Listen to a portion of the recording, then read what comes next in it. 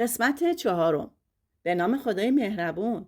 سلام بچه ها، من تیام هستم. اگه گفتین قرار بود کجا بریم؟ درسته، خونه مادر بزرگ. ماجرای ما رسید به اونجایی که برای پیدا کردن گنجای پنهان تو خاک بریم خونه مادر بزرگ و بشینیم پای حرفاش. مثل همیشه عصر روز تعطیل رفتیم خونه مادر بزرگ. مادر بزرگ خونه قدیمی دارن که داخل حیاط اون یه حوض آب داره و یه فواره کوچیک وسط حوض و گلدونای قشنگ شمدونی و گل محمدی دور حوض چیده شده. این خونه قدیمی رو از پدرشون به ارث بردن و چون محله ساکت و دنجی بوده از دست آپارتمان سازی در امان مونده. خلاصه که خیلی باصفاه. اون روز مادر بزرگ برای عصرونه آش و نون پنیر سبزی و گردو آماده کرده بود. موقع خوردن آش که شد، وقتی داشتیم سفره رو میچیدیم ازشون پرسیدم مادر بزرگ یادت میاد میگفتی میرفتی باغ از درخت میوه میچیدی میخوردی، میگفتی خیلی کیف میده؟ میشه بازم بگی؟ اینجوری آش بیشتر مزه میده، آدم احساس میکنه که همین الان تو باغه.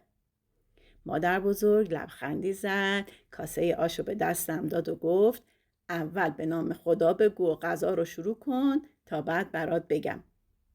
منم گفتم به نام خدا شروع کردم آش بخورم. مادر بزرگ گفت بله عزیزم، یادش بخیر. اون وقتا اینجاها اکثرا باغ بود و خونه های بزرگ با کلی درخت. صاحبای باغا بیشتر با هم فامیل بودن.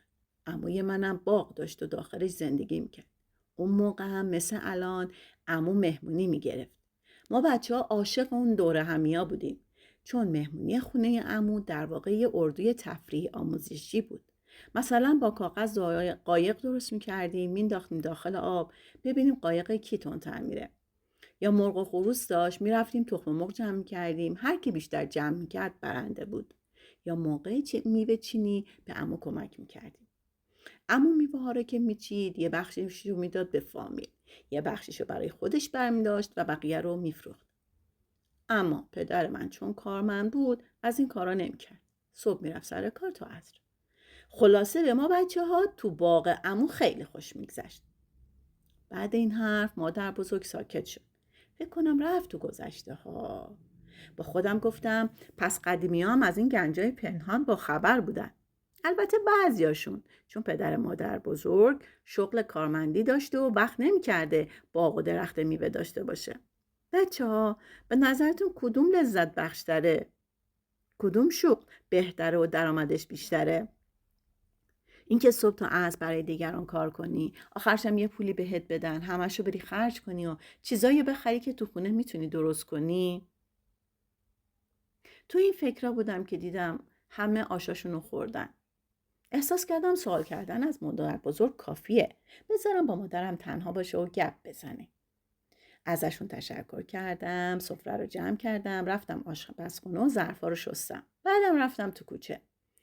انتهای کوچه مادر بزرگ یه درخت توت بود. دیدم بچه ها دارن توت میکنن و میخورن.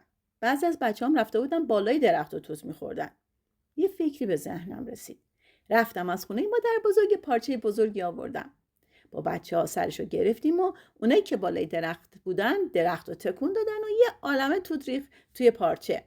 بعد دور هم توتا رو خوردیم. خیلی خوشمزه و شیرین بود.